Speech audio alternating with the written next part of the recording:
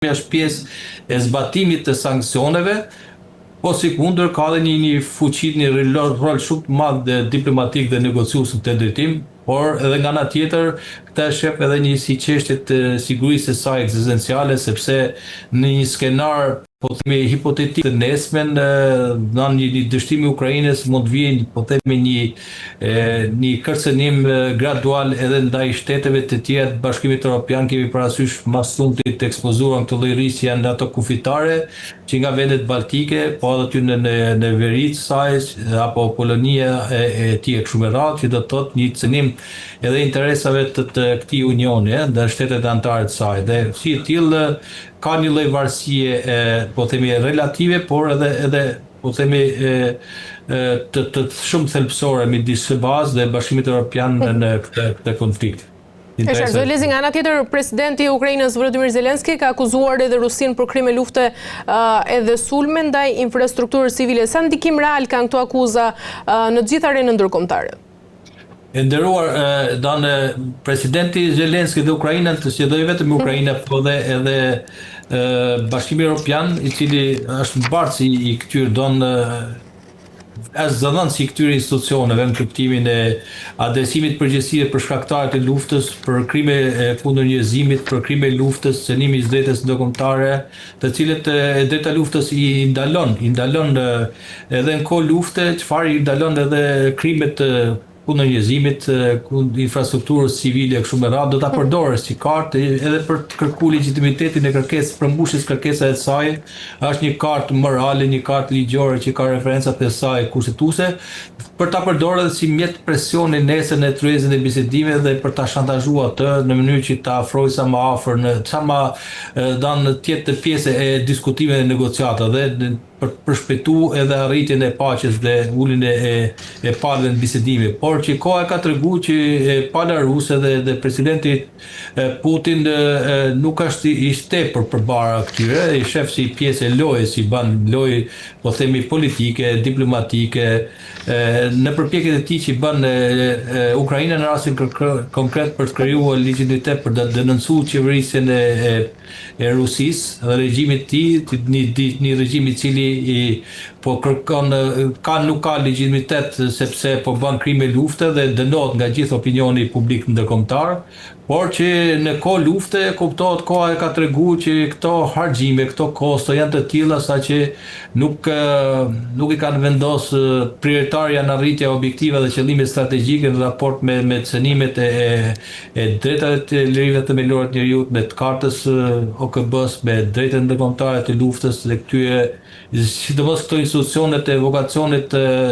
ndërkombëtar të qoftë drejtësisë penale janë sfiduar përballë këtyre skenarëve, sepse kanë prevaluar interesat gjeostrategjike, gjeopolitike të aktorëve. Dhe këtu kemi një dyzim të gjithë gjithë shtetet e kanë përkrahur dhe mbështet këtë idenë e dënimit krimet luftës, sepse kanë parë fakti që dikush negocion, dikush është kundër luftës edhe nga shtetet anëtare të BE-s, po si kundër edhe SBA-ja negocion përmes mediatorëve të saj me përfaqësuesit e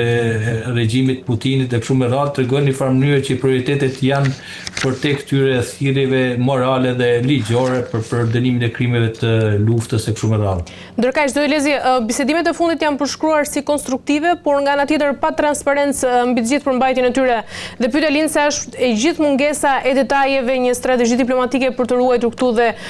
fleksibiliteti negociues, apo tregon nga ana tjetër se nuk ka ende një marrëveshje konkrete në horizont? Po edhe ajo mund thuhet nderuar për faktin që diskutohen shumë skenar, kuptohet kur tregon shumë skenar ka pasiguri, dhe nuk kanë çfarë thonë në mënyrë të transparente dhe të sigurt falet, sepse janë diskutuar shumë teza dhe shumë takime dhe disa takime të bëra ku janë hedhur shumë diskutime, gjëra, çështje të caktuar të cilët nuk kanë arritur dakordsinë dhe pra shkosa që nuk ka kjo dakordsi, edhe një konspiracion i shoqëron këto negociata dhe diskutime dhe mungesë transparence, e cila në vetvete nuk e ka përmbajtjen e asaj të cilët presin palët të dhënë që të konkludohet me arritjen e paqes përfundimtare, por që lën një farë mënyrë edhe një mundësi për të testu palët negociuese, dhe tregon një farë mënyrë edhe fleksibilitet, natyrën fleksibël të diskutimeve dhe negociatave, ku palët janë të hapura për të diskutuar, por që ka tregu që nga 28 pika të cilët ishin në kryet të diskutim, në kryet të ditëve të para, sot janë redukuar në 18 në reflektim të gjithë sugjerimeve dhe të gjithë atyre të cilët palët kanë diskutuar, kanë tërhequr nga kërkimet e tyre maksimaliste, që një farë tregon edhe shkallën e fleksibilitetit që kanë pas ato në një vullnet për të diskutuar, për të takuar dhe për të arritur në marrëveshje. Mirë, zoti Lezi, shkurtimisht për ta mbyllur sepse kemi arritur në fund. Thirrja për këtë takim të ri vjen në një moment kur opinioni publik në disa vende europiane po shfaq edhe lodhje nga lufta e cila po ndodh. Dhe a rrezikon tashmë Ukraina të humbas gradualisht mbështetjen politike të Europës, apo kjo thirrje synon pikërisht ta rifreskojë atë? Po, është kjo frikë nderuar për shkak të faktit që opinioni publik në qeveritë perëndimore janë të prirur që në vendimarrjet e tyre të marrin edhe verdiktin e opinionit publik, dhe shpesh presioni i këtij opinioni publik është i tillë sa që ka përcaktuar dhe ndryshimin e qëndrimeve për vendimarrje të caktuara në çështje të rëndësishme, dhe pikërisht në një moment të lodhjes që kjo kemi parasysh kozgjatjen e luftës për 40 vitesh ku nuk kemi rezultate konkrete për përfundimin e saj,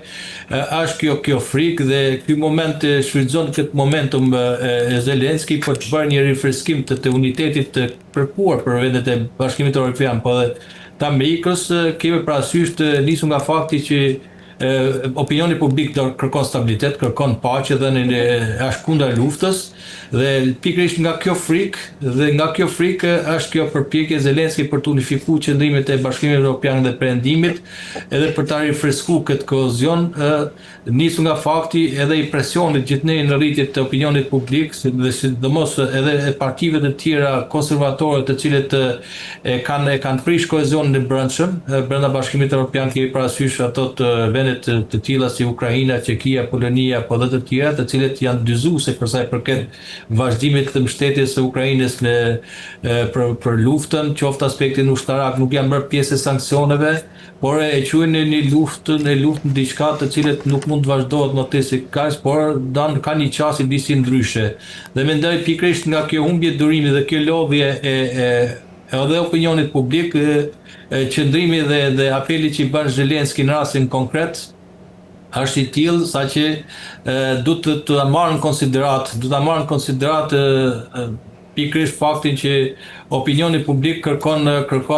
të jepet fund kësaj lufte, dhe pikërisht nga kjo frikë Zelenski i bën këtë apel për një rifreskim të unitet, duke e testuar në mënyrë të vazhdueshme, edhe nga fakti që kemi parasysh ndryshimin e qasjeve dhe divergjencat që kanë qofshë BE dhe Bashkimi Evropian, po sikundër edhe vendet tjera të caktuara të Bashkimit Evropian. Përmendëm ato treja kryesorët, Hungaria, Çekia, Slovakia, po jo vetëm, sikundër edhe të tjera vende të cilat në një farë mënyrë janë konservatore dhe kërkojnë mbështetjen e kësaj e Ukrainës, pikërisht nga fakti frika që mund të vijë nga shkallëzimi i luftës, kufit e tyre. Kemi rastin e vendeve baltike, Polonisë apo vendet nordike, të cilët kanë një traditë neutraliteti, por që kanë qenë shumë të fokusuar në çështjet e sigurisë dhe mbrojtjes për investimet që kanë bërë, dhe tashmë janë edhe pjesë e NATO-s, dhe kanë edhe ato prioritetet e tyre, duke qenë vija parë e frontit në mbështetje të Ukrainës, por që vendet e tjera janë më hezituese, qoftë ato të Evropës qendrore, po edhe të tjera të cilët nisen nga interesat dhe konsideratat e tyre edhe ekonomike, ato prioritetet të tjera të marrëdhënieve që kanë dhe kurzohen nga eksportet e naftës, dhe ekonomia e tyre është ndërvarur për tyre, dhe kjo shifet edhe në qëndrimet që ka dhënë, që është një situatë e paqartë, dhe pikërisht nisur nga kjo frikë, Zelenski i bën këtë apel edhe për të ruajtur kohezionin e brendshëm, por edhe për të testuar se sa e unifikuar do të jetë Bashkimi Evropian përballë dhe sfidës së lodhjes, por dhe presionit opinionit publik, i cili në drejtën e tij kërkon kërkon t'i japë fund luftës dhe kërkon paqë, stabilizet, rritje ekonomike, sepse lufta ka ndiku ku? Ka ndiku në gjendjen e tyre ekonomike, financiare, sociale, shpirtërore, kështu me radhë. Është një skenar i cili ka shumë pasiguri në vetvete, pasiguri të cilët Zelenski e shfrytëzon në një moment lodhet jo vetëm të Ukrainës vetë, por edhe vetë faktorit ndërkombëtar, kryesisht Bashkimit Evropian, perëndimit përçar. E qartë, mirë, zotëre Lezi, kemi arritur në fund, t'i falenderoj shumë për gjitha informacionet që ndatë sot me mua. Të përshëndes, nderuar kënaqësi për ftesën. Faleminderit shumë. Mirë, të nderuar teleshikues, ishim me zotin Ardan Elezi ku folëm për Rusinë dhe Ukrainën, do të bëjmë një pushim të shkurtër, më pas rikthehemi sërish.